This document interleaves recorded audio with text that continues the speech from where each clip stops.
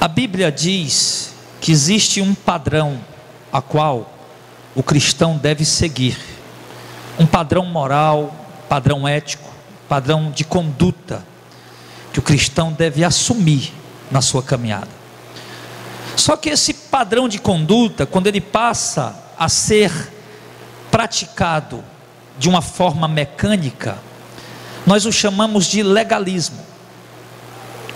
E para que esse padrão de conduta ética, moral, santa, possa agradar a Deus, ele tem que ir além do que uma mera ação mecânica.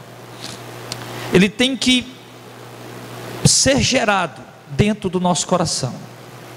Ele tem que ser produzido dentro de nós pela ação do Espírito Santo. A nossa ação do nosso corpo, da nossa conduta, do nosso comportamento, ética, moral, seja qual for, ela tem que vir de uma operação interior. Ela tem que ser a manifestação de uma ação interior de Deus na nossa vida. Aí sim é algo que agrada a Deus. E das muitas coisas que o verdadeiro cristão deve evitar, porque a mensagem de hoje vai girar em torno de coisas que o cristão deve evitar. Muitas vezes a gente fala de coisas que o cristão deve fazer, e hoje a gente vai falar de coisas que o cristão deve evitar. E das muitas coisas que o cristão deve evitar, eu gostaria nessa noite de listar algumas delas, para que nós possamos preparar o nosso coração para nos encontrar com o nosso Senhor. E dessas coisas que o cristão deve evitar, nós vamos usar como base o capítulo 23 do Evangelho de Mateus, e nós vamos discorrer aqui de pelo menos 13 pontos, e o primeiro ponto que eu quero colocar para a igreja essa noite, de algo que o cristão deve evitar, está no versículo 3 de Mateus 23, Jesus falando, pega do verso 1 até o verso 3, então falou Jesus à multidão e aos seus discípulos, dizendo: na cadeira de Moisés estão assentados escribas e fariseus. Observai, pois, e praticai tudo o que vos disserem, mas não procedais em conformidade com as suas obras, porque dizem e não praticam. Então a primeira coisa que o cristão deve evitar na sua vida é pregar e não viver aquilo que prega. É falar para as pessoas, como eu sempre digo, nós não estamos aqui para pregar a nossa vida, nós estamos aqui para pregar o Evangelho, porém nós precisamos viver aquilo que pregamos. Não adianta você sair na casa de alguém, ou mesmo sair na rua, chamando os pecadores ao arrependimento, quando na verdade a nossa conduta está tão caída quanto a dele. Não adianta nós queremos doutrinar alguém, ensinar alguém, seja nossas esposas, seja querer ensinar nossos filhos, seja querer ensinar nossos familiares que ainda não tiveram encontro com Cristo, quando na verdade nós não estamos praticando o que estamos falando. Então, irmão, o cristão, ele não deve apenas pregar, falar do Evangelho, mas devemos viver. Nós não podemos pregar e não viver.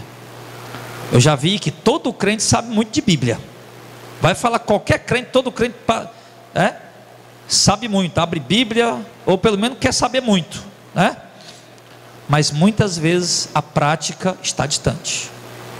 Então é necessário que nós venhamos falar, mas venhamos também praticar. Primeira coisa que o cristão não deve fazer é pregar e não viver o que prega. Amém? Então, se você está ensinando algo, instruindo algo, procure dar o testemunho com a vida daquilo que você está falando. O segundo ponto está no versículo 4. Hoje, como é culto de ceia, né? Sempre culto de ceia a gente gosta de fazer uma exortação assim, mais ou menos E no versículo 4 diz: pois atam fardos pesados e difíceis de suportar, e os põem sobre os ombros dos homens, eles porém nem com o dedo querem movê-los. O que é isso? Colocar legalismo para o povo praticar e se excluir. Uma coisa, queridos, que eu tenho percebido na cristandade atual, é que a cristandade atual é uma cristandade muito legalista, que a gente diz que algo é pecado sem que a Bíblia diga que aquilo é pecado, que a gente diz que não se pode fazer determinada coisa sem que a Bíblia diz que nós não podemos fazer determinada coisa. Por exemplo, essa semana chegou um irmão conversando comigo, perguntou: pastor, um irmão da igreja, um irmão normal, comum da igreja, disse: pastor, é pecado o homem usar calção? Eu digo: não, de modo nenhum é pecado. Se fosse pecado o homem usar calção, as irmãs não podiam usar essas saias bem aqui como elas usam. Mas a gente cria, às vezes, irmãos, coisas que a Bíblia não cria. Alguns de nós preferem não usar calção pela questão das cobranças que existe, pela questão do testemunho de que exigem de nós, mas não que seja pecado alguém usar um calção, ou alguma outra coisa que se põe como legalismo. E eu percebo, irmão, que a gente cria muitos e muitos legalismos. Eu acho que nós temos uma bagagem legalista muito grande, que muitas vezes a gente demoniza tudo, diz que tudo é pecado, diz que tudo é demônio, quando na verdade não é isso que a Bíblia diz. Por exemplo, há casais de igrejas que eu conheço, um cidadão, não sei se ele é vivo ainda, que esse cidadão, ele fazia o ato íntimo com a sua esposa vestido, completamente vestido. Eles tinham medo de Jesus voltar e eles estarem despidos e não subirem. Olha, que invenção é essa? Existem mulheres que acreditam que não podem depilar o pelo das suas pernas, ou que não podem remover os pelos, por exemplo, aqui que eu não sei dizer o nome, porque estarão pecando, porque estarão: meu Deus, eu estou pecando, Deus vai me condenar, Deus vai me amaldiçoar se eu tirar os pelos das minhas pernas, ou se eu remover os pelos com a pinça aqui. Não, daqui a pouco você vai chegar aí barbada e bigoduda, aí nem seu marido vai querer mais lhe beijar, aí você ainda vai dizer que ele está endemoniado. Quem é o macho que quer beijar uma boca cabeluda, pelo amor de Deus, irmão? Deus me livre na hora dessa, se guarde. Você está entendendo aí o caminho que a coisa está levando? Então a gente vai criando essas coisas, irmãos, e colocando um fardo, como é isso aqui? Um fardo pesado em cima de pessoas e oprimindo pessoas. Ele disse: os fariseus oprimiam as pessoas, colocavam um fardo pesado, quando na verdade eles não moviam nem com o dedo. Então nós temos que ter cuidado, irmãos, com legalismo. Amém? Terceiro ponto, verso 5: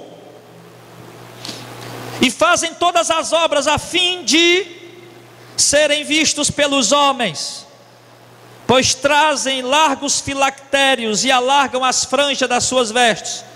Vamos lá para o verso 25 até o 28. Ai de vós, escribas e fariseus hipócritas, porque limpais o exterior do copo e do prato, mas o interior está cheio de rapina e de iniquidade. Fariseu cego, limpa primeiro o interior do copo e do prato, para que também o exterior fique limpo. Ai de vós, escribas e fariseus hipócritas, pois que sois semelhantes aos sepulcros caiados, que por fora realmente parecem formosos, mas interiormente são cheios de ossos, de mortos e de toda imundícia. Assim também vós exteriormente pareceis justos aos homens, mas interiormente está cheio de hipocrisia e de iniquidade. Qual é o terceiro ponto que o cristão deve evitar? Primeiro, fazer boas obras para se mostrar. Está cheio de crente que quer fazer boas obras para se mostrar, para parecer. Deve ser evitado. Dentro desses versículos também ele diz que o crente jamais deve mostrar santidade apenas na aparência. O que ele falou? Vocês parecem sepulcros caiados. Por fora vocês estão bonitos, por dentro a iniquidade, a pecado, a imoralidade, a perversidade, a adultério, a prostituição. Então nós não devemos, irmãos, mostrar uma santidade só na aparência. Isso acaba voltando para o terceiro ponto, segundo ponto, legalismo. A nossa santidade da aparência tem que ser fruto da minha santidade interior. O que eu demonstro na minha aparência tem que ser fruto do que está dentro de mim. A minha santidade não é apenas para me mostrar, para me exibir, não é apenas para aparecer ou querer mostrar santidade mais do que os outros, mas é porque de fato dentro do meu coração existe o temor do Senhor e a santidade dentro de mim. E ela se manifesta como reflexo nas minhas ações, na minha conduta, no meu comportamento. Então o cristão jamais deve mostrar santidade apenas na aparência. Jesus disse aqui, Jesus estava dizendo: eu conheço vocês, vocês são muito bonitos por fora, mas dentro de vocês há coisas ruins, podres, hipocrisia. E Deus não quer isso de nós, amados. Vamos tirar todo o fermento velho, as falsas doutrinas, as heresias, o mundanismo, e colocar o fermento novo, a palavra de Deus. Porque Cristo disse para o povo ter cuidado do fermento dos fariseus, que era a hipocrisia. Depois Jesus também compara o reino de Deus com a medida de fermento, colocou dentro de 3 medidas de farinha. E o que ele quer dizer com isso? Que quando se coloca fermento na farinha, que você coloca o bolo no fogo, inevitavelmente ele vai inchar. O fermento dentro da massa, oculto, escondido, ele manifesta na aparência. Então se nós colocarmos dentro de nós o fermento do reino de Deus, a santidade que vai se manifestar em nós, ela vai ser verdadeira, legítima, autêntica. Então não faça obras para se mostrar. Não mostre uma santidade apenas na aparência, mas de fato seja santo no seu interior. Amém, igreja? Quarto ponto, está no verso 6 e 7. Eu juntei os 5, 25 ao 28, porque fazia parte do mesmo ponto que a gente queria abordar. Mas agora o verso 6 e 7. E ama os primeiros lugares nas ceias, e as primeiras cadeiras nas sinagogas, e as saudações nas praças, e o serem vistos pelos homens, ou melhor dizendo, e os serem chamados pelos homens Rabi, que quer dizer isso. Nós nunca devemos querer buscar lugar de destaque para nos exibir. Nos exibir. Às vezes a gente quer procurar um lugar de destaque para se exibir, para se mostrar. Era isso que ele estava falando. Era isso que ele estava falando. E isso, irmão, existe muito no meio evangélico. Existe muito, irmão, gente querendo aparecer. Existe muita gente querendo se exibir. Sim. Sim ou não? Existe. Aparecem pessoas no meio evangélico que querem estar em cima dos altares gospel, cantando suas músicas, pregando suas mensagens, à luz dos holofotes. Sim. Querem estar ali para aparecer, para serem vistos, mas não querem fazer as coisas mais simples, não querem fazer as coisas mais modestas, não querem trabalhar por trás dos bastidores, só querem aquilo que dá status, aquilo que traz aparência, que traz elogios, que traz destaque, mas não querem as coisas mais simples. Então nós nunca devemos buscar lugar de destaque para nos exibir. Se você está no lugar de destaque, seja pregando, seja cantando, seja na frente de algum trabalho, sim, amém, glória a Deus, mas não faça isso para se exibir. Um pastor amigo meu antigo, ele disse uma coisa interessante. Existem duas coisas diferentes. Uma é o cara fazer para aparecer. Isso aí está errado. Vou fazer para me mostrar, para aparecer. Outra coisa é o cara aparecer para fazer. Entendeu? Ou seja, está precisando fazer algo, aparece alguém e vai e faz. Isso é bom. Mas o fazer para aparecer, não. Nunca faça para aparecer. E eles querem os primeiros assentos nas ceias. Porque quer dizer isso? Que eles buscam uma boa posição por se achar melhor do que os outros. Nós nunca podemos, irmãos, pensar que nós somos melhores do que ninguém. Nós que estamos aqui, pela misericórdia, eu sou o pastor. Temos aqui um evangelista, temos aqui um diácono, temos aqui um presbítero, temos outro pastor que não pôde estar aqui conosco essa noite, temos obreiros. Mas nós nunca podemos pensar que nós somos superiores a vocês. Nós nunca podemos achar que nós somos melhores ou mais merecedores de algo melhor do que vocês. Me contaram de um retiro que houve, de uma grande igreja de Fortaleza. E nesse retiro, irmãos, isso me contaram, pessoas que estiveram lá. Havia um banheiro, vamos usar os termos assim, bem pejorativo. Havia um banheiro para plebe, para o povão, e havia um banheiro para o povo da alta. Onde é que existe isso na igreja, meu irmão? Onde é que um pastor precisa de um banheiro melhor do que o dos irmãos? Se tem um banheiro ali para o irmão usar, meu irmão, os obreiros também tem que ter um direito de usar aquele banheiro do mesmo jeito dos outros. Não, mas faz um banheiro aí. Deixa o piso de chão de cimento queimado, cimento grosso. Não bota nem vaso não, bota só aqueles vasos antigos que tinha, que a pessoa não podia nem sentar. Aí faz outro banheiro ali para os obreiros, todo de luxo, todo revestido, todo coisado, como diz o Matuto. Não podemos achar, irmão, que nós somos melhores que ninguém.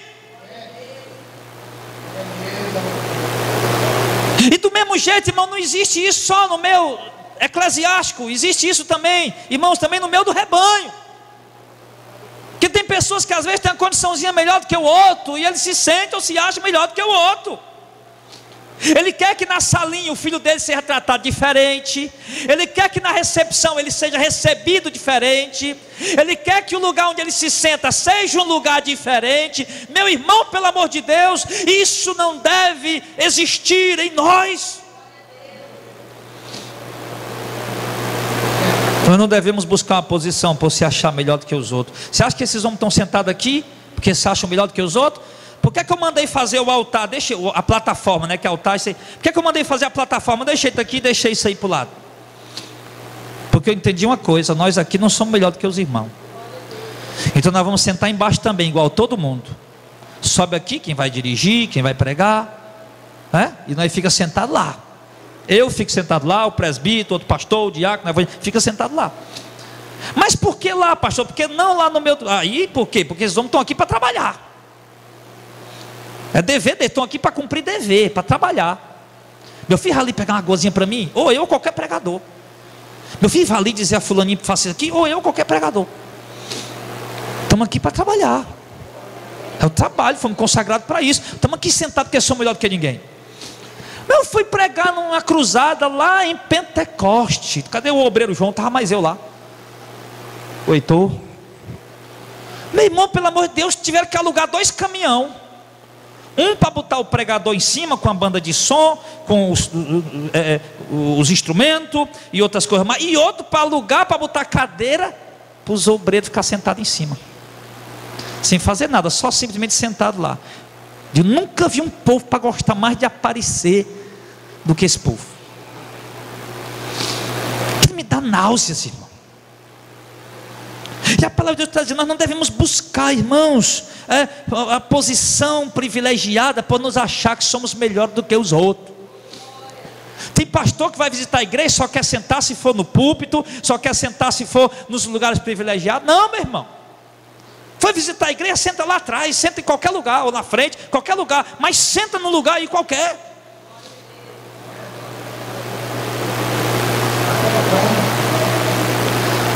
Os irmãos entendam bem. Por exemplo, a irmã Rosimeira só gosta de sentar lá atrás, porque ela gosta de sentar lá atrás. Os irmãos aqui gostam de sentar na frente, porque eles gostam de sentar na frente. Mas não é isso aí, não é disso aí que eu estou falando, não. Viu? Os irmãos sentados na frente estão melhor do que os outros? De maneira alguma, não é isso que eu estou falando. Não tem ninguém em destaque aí, está todo mundo igual aos outros?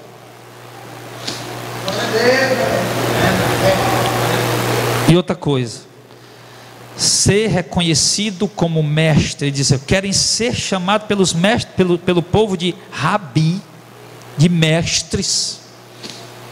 Seja ser reconhecido como mestres e inteligentes pelos homens. E não seja sábio, a Bíblia diz: não seja sábio aos teus próprios olhos. Mas eles queriam ser reconhecidos, ser mestres, aparecer, ser melhor do que os outros, ser mais inteligente do que os outros. Eu já falei para os irmãos o que aconteceu comigo outro dia, lá no shopping. Estava mais o meu filho lá, chegou um cara lá, ei, essa frase aí eu disse não é obrigatório, está errado. Olhei para ele, eu sou teólogo de Araque. Interessante a frase de um pregador reformado, que diz que a humildade é algo tão tremendo, que quando a pessoa diz que tem, já perdeu ela. Entendeu, irmão? A humildade é algo tão tremendo, tão interessante, quando o camarada diz que tem, já perdeu, né? Acaba de dizer eu sou humilde, aí já perdeu a humildade já. Então, não podemos querer ser reconhecidos como mestres e mais inteligentes do que os outros. Verso de número 11. Quinto ponto. Porém, pronto, vamos ver o 8, né? Vós, porém, não queirais ser chamado rabi, porque um só é o vosso mestre, a saber, o Cristo, e todos vós são irmãos. A ninguém na terra chameis vosso pai, porque um só é o vosso pai, o que está no céu. Nem vos chameis mestre, porque um só é o vosso mestre, que é o Cristo. Aí o verso 11. Porque o maior dentre vós será vosso servo. Ou seja, não queira ser superior a ninguém. Não queira ser. Sirva. Sirva. Jesus disse: eu não vim para ser servido, eu vim para servir. Diz que o maior de vocês aí, o maior, que for maior, tem que ser servo dos outros. É isso que ele está falando. Nunca podemos querer ser superior a ninguém. Nós temos, pelo contrário, que ser servo uns dos outros. Sexto ponto, verso 12, é rápido, eu não vou me delongar na mensagem. 12, e o que a si mesmo se exalta será humilhado, e o que a si mesmo se humilha será exaltado. Então, não busque exaltação e elogios. Está ouvindo aí, irmão? Não busque exaltação e elogios. Não busque. A Bíblia diz que isso arruína o homem. A Bíblia diz que isso derruba o homem, que isso abate o homem. Mas ele diz pelo contrário, que o homem que a si mesmo se humilha, esse é exaltado. Então não busque exaltação e elogios. Jamais o cristão verdadeiro deve ter essa conduta. Eu vou fazer isso porque quando o pastor ver, ele vai me elogiar. Eu vou fazer isso aqui, vou deixar fazer na hora que o pastor estiver chegando, porque na hora que ele estiver chegando eu estou fazendo, aí ele vai me elogiar. Vou fazer isso aqui porque na hora que os irmãos verem, eles vão me elogiar, eles vão me exaltar. Não, está errado. Uma coisa é você fazer porque tem que fazer e a gente chegar e ver. Outra coisa é você ir fazer para aparecer. Não busque exaltação, não busque elogios. Muitas vezes a gente busca elogios. Tinha um diácono que eu conheci, que ele já é falecido, não era daqui não, era do interior. E toda vida que ele pregava, ele perguntava isso por Deus: eu preguei bem? E um dia a gente estava lá, conversando, e eles abriram esse jogo para a gente. E a esposa dizia: filho, você está errado em perguntar isso. Não, mas eu quero saber se eu preguei bem. Está errado. Se você tem uma mensagem, entregue. Se você recebeu algo de Deus, fale.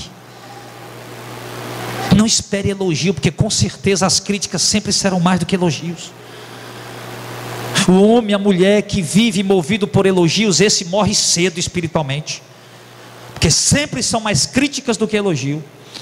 Faça, porque você tem que fazer. Faça, porque você tem que servir a Deus. Faça, porque você tem que servir a igreja. Vá e faça. Não esperando elogios ou exaltação. Se você fizer isso com humildade, a Bíblia diz que Deus vai te exaltar rápido. Deus vai te exaltar. Ele quem vai te exaltar. Sim. Os irmãos estão entendendo?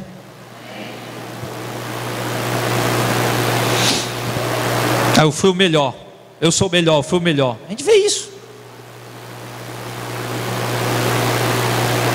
A gente vê nas ações, nas práticas. Não vê as pessoas dizendo, mas vê nas ações, nas práticas.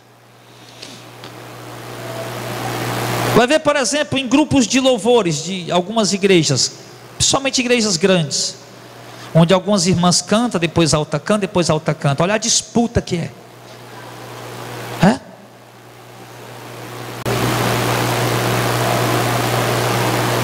Quem está ali, você vê claramente, estão querendo elogio, estão querendo ser exaltado.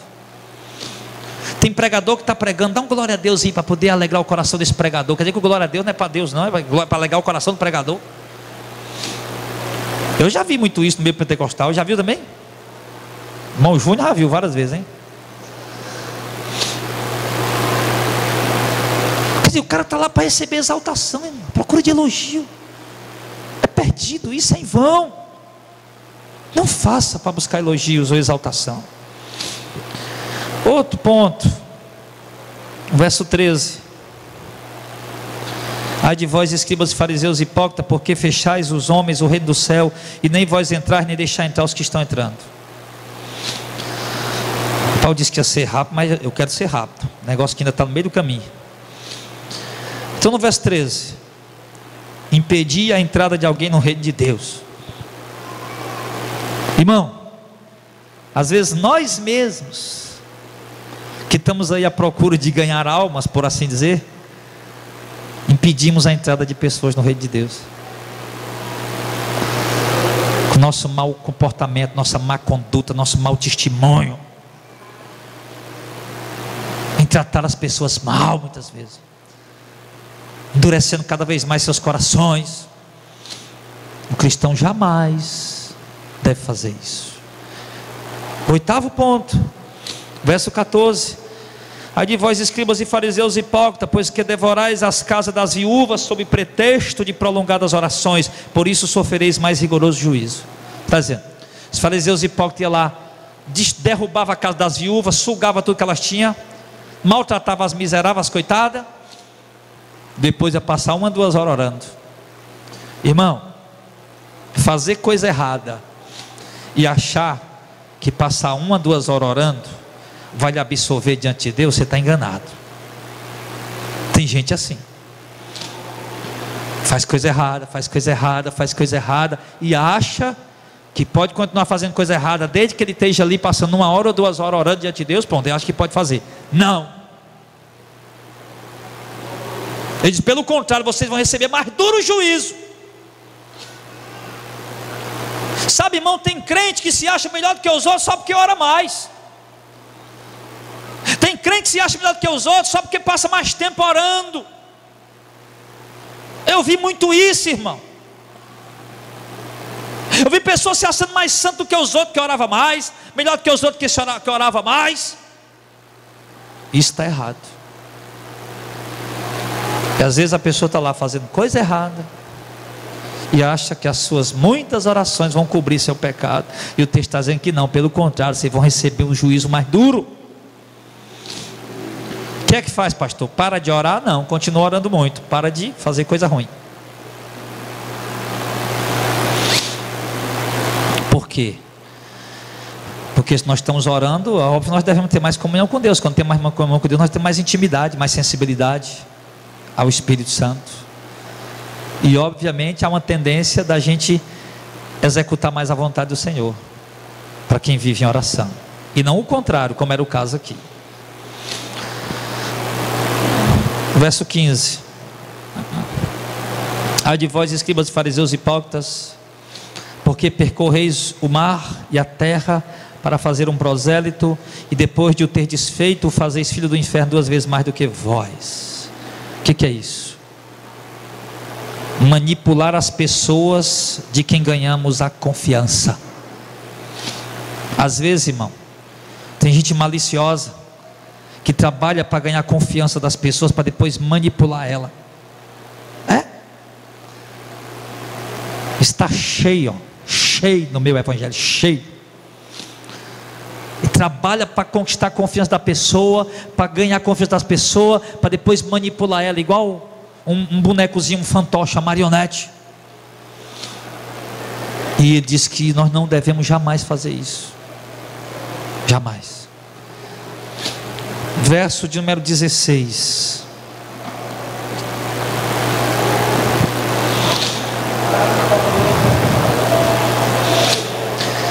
Verso 16 ao 22. Ai de vós, condutores cegos, pois que dizeis, qualquer que... Só um instante, irmão.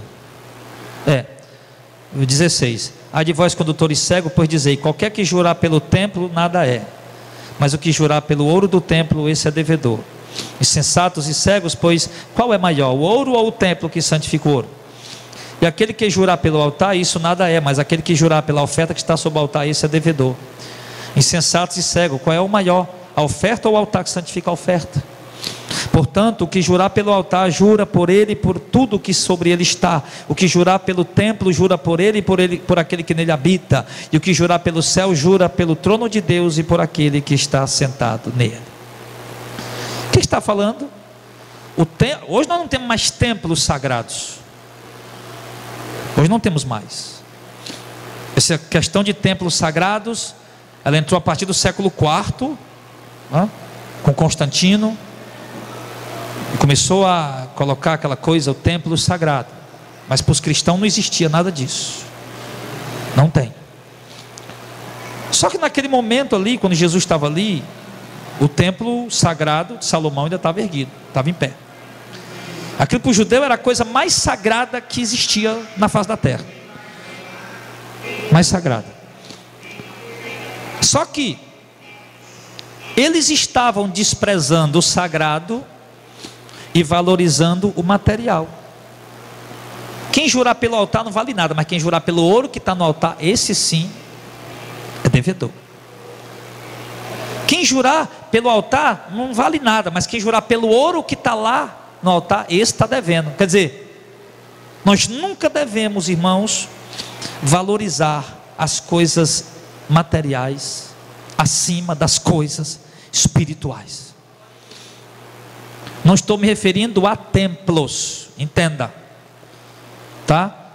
Mas coisas espirituais que poderia ser, olha esse altar, não, isso aqui não tem nada de sagrado aqui, irmão. Isso aqui é um monte de concreto e pedra, não tem nada de santo aí nesse sagrado nesse altar. Mas coisas santas, coisas espirituais, podemos falar da doutrina, podemos falar dos dons espirituais, sim, podemos falar, sim, do nome de Deus, do nome de Cristo, que muitas vezes se faz piada zombando, que muitas vezes se faz piada escarnecendo. Olha para essa igreja dessa geração, uma igreja que blasfema continuamente o nome do Senhor, uma igreja que blasfema continuamente do Espírito Santo e dos dons espirituais, com seus movimentos estranhos, dizendo que é o Espírito Santo, sem que seja. Mas as pessoas estão valorizando mais as coisas materiais do que as coisas espirituais. Quem vai para uma igreja hoje, para um culto atrás das coisas espirituais, da palavra, da doutrina, da comunhão com Deus, com o Espírito Santo, da comunhão com a igreja? Não, vão na igreja hoje atrás da campanha que vai dar prosperidade, atrás do envelope ungido que vão distribuir, atrás da campanha do óleo da riqueza, atrás da fronha dos bons sonhos, da unção das boas notícias no celular. A maioria das pessoas vão para as igrejas hoje à procura do material e não do espiritual, porque valorizam mais as coisas dessa terra do que as coisas de cima. E o cristão não deve ser assim. Ai, faz tanto tempo que eu não vou para a igreja, eu vou hoje, que pode Deus me entregar uma vitória. Ai, faz tanto tempo que eu não vou para a igreja, mas eu vi na rádio que tem uma campanha lá na igreja fulano de tal lá, que é 7 semanas, resolve tudo, eu vou lá. Não, está errado. Nós temos que ir para a igreja, para o culto, se reunir como igreja, irmão, porque nós valorizamos aquilo que vai ser pregado, aquilo que vai ser ministrado, aquilo que vai ser ensinado, os louvores que vão ser ministrados a Deus, porque nós valorizamos a comunhão, o amor, sim, a fraternidade com a igreja.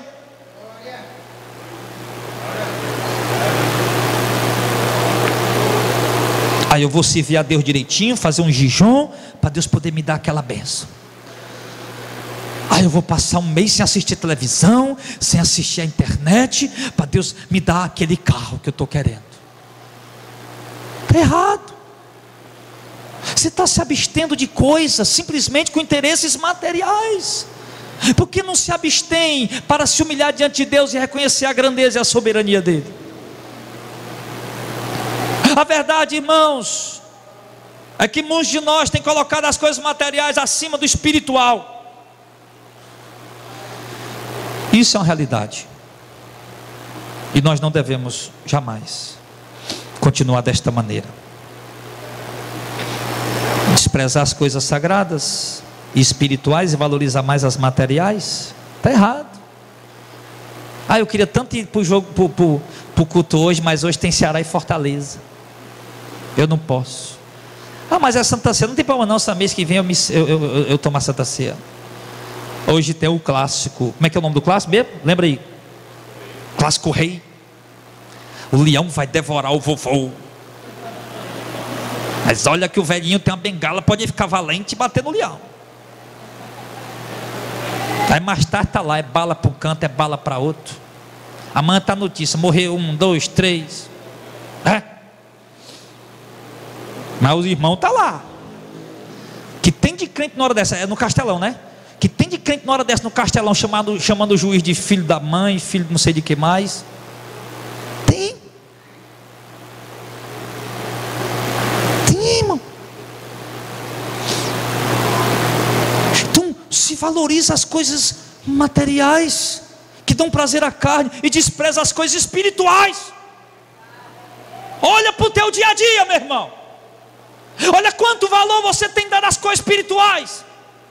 Quanto tempo você tem gastado lendo Bíblia, quanto tempo você tem gastado orando, quanto tempo você tem gastado estudando ou fazendo alguma coisa para Deus. E olha, quanto tempo você tem gastado satisfazendo teus prazeres. Não estou dizendo trabalhando não, porque trabalhar, o cara tem que trabalhar mesmo. Mas satisfazendo tua carne. É mais tempo. É como dizem por aí, para assistir um jogo de futebol, o cabo não pisca nem o olho. Para assistir um culto, passou uma hora de culto, a barra fica bambeando. Simbora. Para pegar na Bíblia, para ler um versículo é um trabalho. Para abrir o WhatsApp, ele abre de 2 em 2 minutos. É mais ou menos assim. Para ir orando na direção do carro, ele não vai mais. Ele pega lá do trânsito mesmo lá e vai. Mas para ir orando não vai.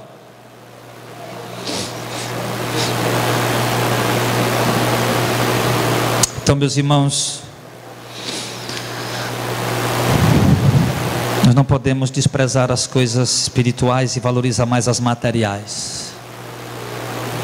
Nós temos que entender que precisa haver um equilíbrio. Um equilíbrio. Verso de número 23. Verso 23. Ai de vós, escribas e fariseus hipócritas, porque dais o dízimo da hortelã, do endro e do cominho, e desprezais o mais importante da lei, o juízo, a misericórdia e a fé. Deveis, porém, fazer estas coisas e não omitir aquelas. Irmãos, isso aqui é o versículo que entorpece o povo quando fala da doutrina do dízimo, né? Pastor, mas Jesus disse que era para dar o dízimo. Você vai, no final eu vou mostrar o livro para vocês do dízimo. Aqui explica isso aí. Livro do dízimo. Tá? Estava dando de que era? Do salário, do emprego, da empresa, do endo, do cominho, do hortelã, tudo de coisa que se plantava, que era o dízimo, era isso. Mas enfim, então os fariseus, eles davam o dízimo de tudo, mas eles desprezavam o mais importante da lei, que era o amor, a misericórdia e a fé. E muitas vezes, irmãos, a gente pensa que as contribuições nos isenta de praticar a justiça, a misericórdia e a fé. Ou seja, porque eu dou minhas ofertas para a igreja, porque eu dou minhas contribuições para a obra do Senhor, eu não preciso ser justo, eu não preciso ter misericórdia de ninguém, e não preciso ter fé. O dinheiro que eu estou dando é o suficiente.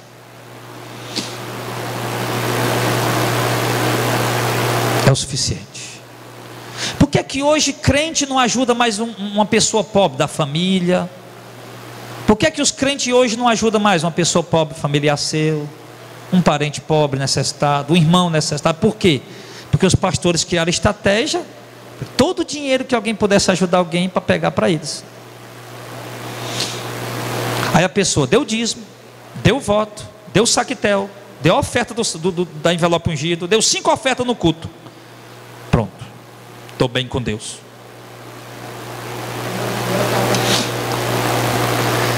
Mas a Bíblia está dizendo, irmão, que a fé, a misericórdia e o amor, elas estão acima, ou devem vir antes das nossas contribuições. Aqui ele falava de dízimo porque ainda estava, a antiga aliança estava em vigor ainda, né? Cristo estava vivo, não havia morrido ainda, ressuscitado. Mas não podemos achar que porque nós damos nossas contribuições, nós não precisamos praticar misericórdia com ninguém, nós não precisamos praticar o amor com ninguém, não precisamos praticar compaixão, não precisamos continuar andando na fé, porque já demos o dízimo, já demos a oferta, já entregamos o nosso dinheiro e pronto, e por isso eu vou ser abençoado. Não podemos deixar, irmão, esse pensamento entrar na nossa mente. Nós precisamos entender que a palavra de Deus diz que para Deus mais agradável é o obedecer do que o sacrificar. Ele coloca em primeiro lugar.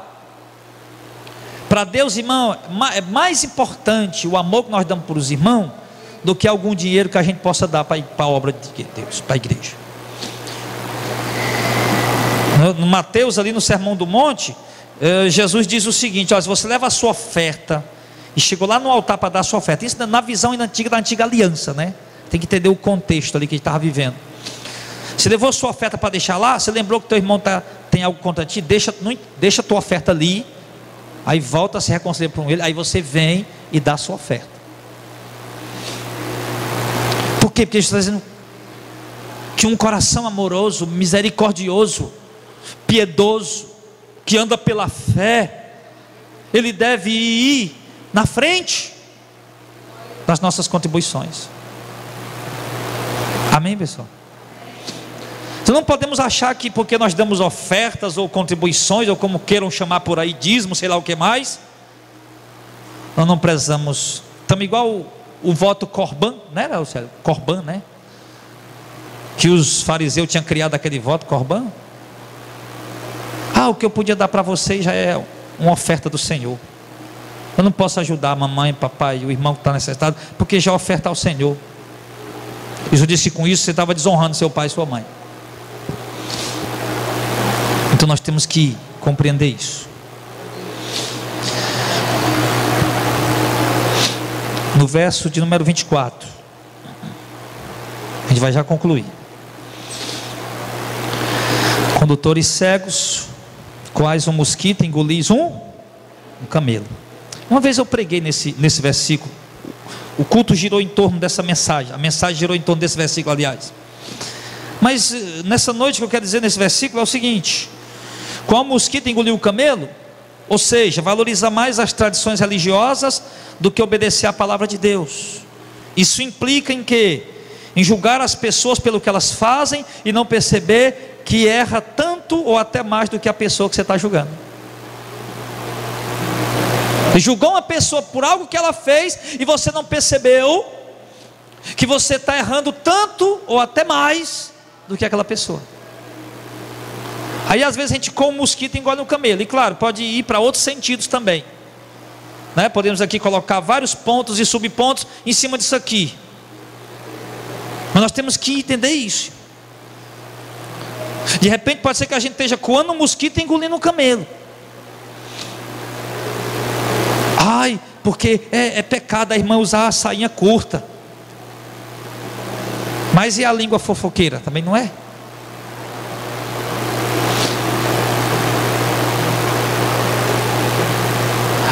Porque é pecado a irmã botar o batom preto na boca, é muito exagerado. Mas a insubmissão ao marido também não é? Às vezes, irmão, o que a gente aponta nos outros é um mosquito, e o que a gente está fazendo é um camelo que a gente está engolindo. E a gente tende mais a olhar para o mosquito que o irmão está, do que cuidar do camelo que está dentro da nossa goela abaixo. Não estou querendo aqui justificar pecado. Eu preguei uma mensagem outro dia, não sei se ouviu, detetives do pecado. Quem ouviu essa mensagem eu não sei. Detetives do pecado. Que é crente na igreja, fica bisbilhotando a vida do outro, para ver o pecado, para ver o pecado, para ver o pecado, e não olha que muitas vezes está fazendo a mesma coisa ou pior. Então, irmão, não adianta a gente coar um mosquito engoliu o camelo. Então a gente tem que ter cuidado com isso. Ou seja, é aquela velha história, né? Quem que Jesus falou? Está vendo um argueiro no olho do teu irmão? Tu tem a vista boa, né?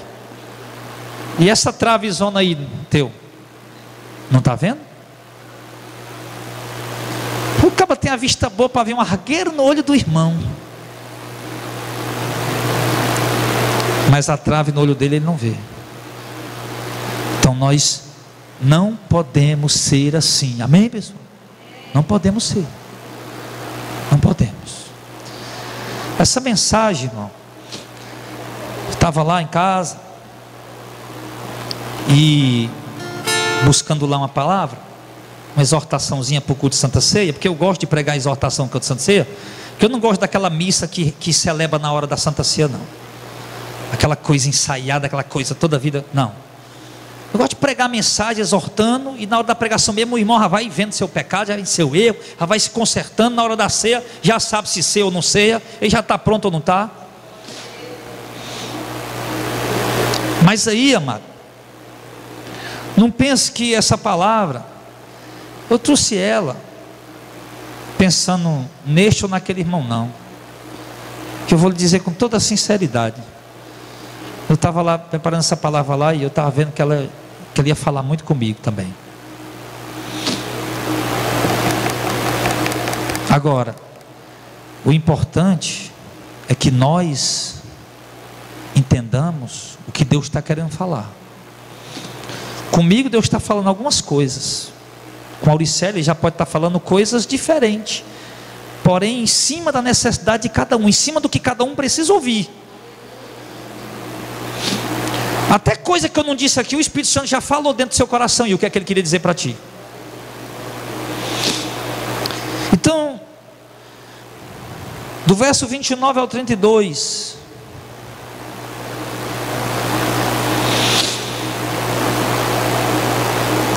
ai de vós, escribas, fariseus, hipócritas, pois edificai o sepulcro dos profetas e adornais o monumento dos justos, e dizeis: se existíssemos no tempo dos nossos pais, nunca nos associaríamos com eles para derramar o sangue dos profetas.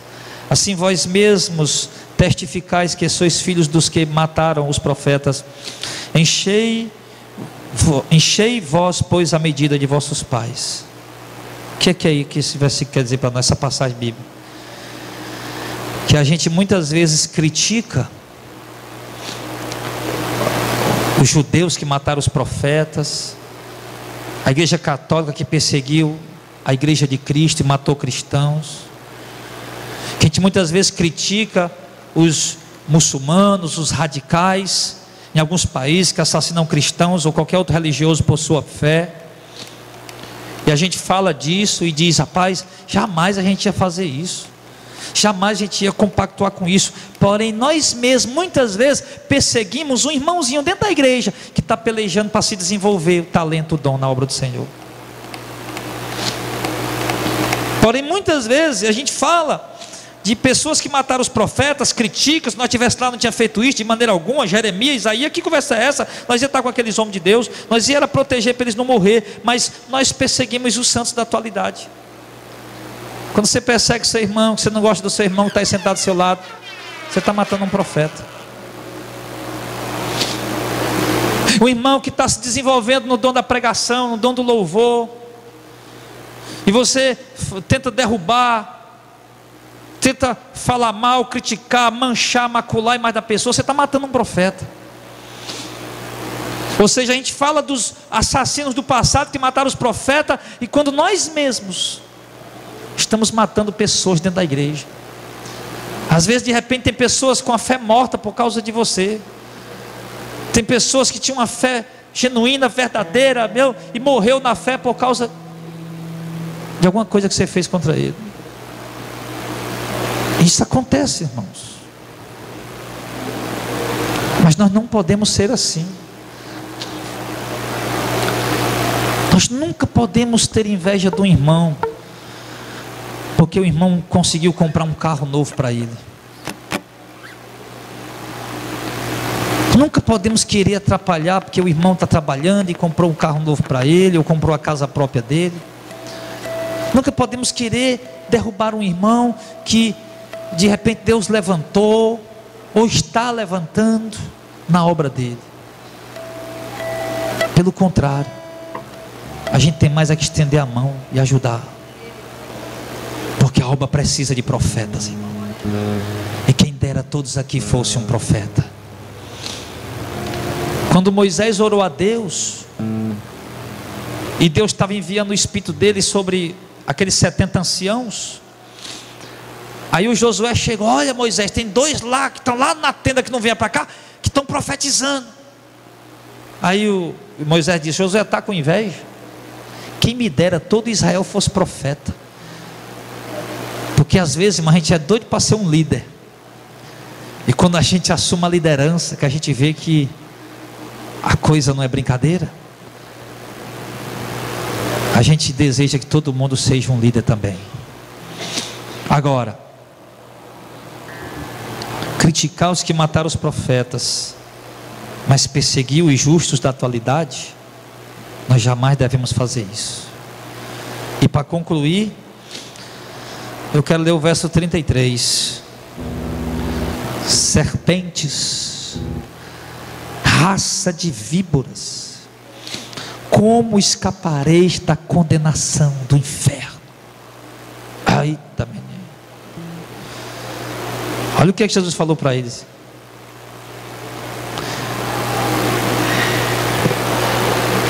vocês são cobras venenosas. Vivendo desse jeito, dessa maneira, como é que vocês vão poder escapar de ir para o inferno? Não tem como escapar de ir para o inferno desse jeito. É como se Jesus estivesse dizendo: vocês usam os largos filactérios, as caixinhas contendo os textos sagrados, a aparência de santidade, sim, tudo isso, mas não passa de pura religiosidade. E na verdade vocês são maus e fazem o mal, e vocês vão ser condenados. É assim que Jesus diz. E é assim que eu encerro a mensagem essa noite. Porque, meu amado, se nós temos o Espírito de Cristo, de quem se arrependeu, de uma nova criatura, de um novo homem, de uma nova mulher em Deus. Então, querido, se você estava praticando algumas dessas coisas, ou uma ou mais, entenda que isso são coisas que o cristão deve evitar de praticar. Algumas delas, em que momento Deus falou com você? Em que trecho, em que palavra Deus lhe alertou em algo? Então dê ouvidos. Porque se em algum momento Deus te alertou em alguma coisa, falou contigo alguma coisa, irmão, então é porque Ele te ama, Ele está tendo misericórdia de você, Ele está querendo que você se conserte, Ele está te dando uma oportunidade, uma chance, Ele está te alertando. Dê ouvidos o que a palavra de Deus diz essa noite.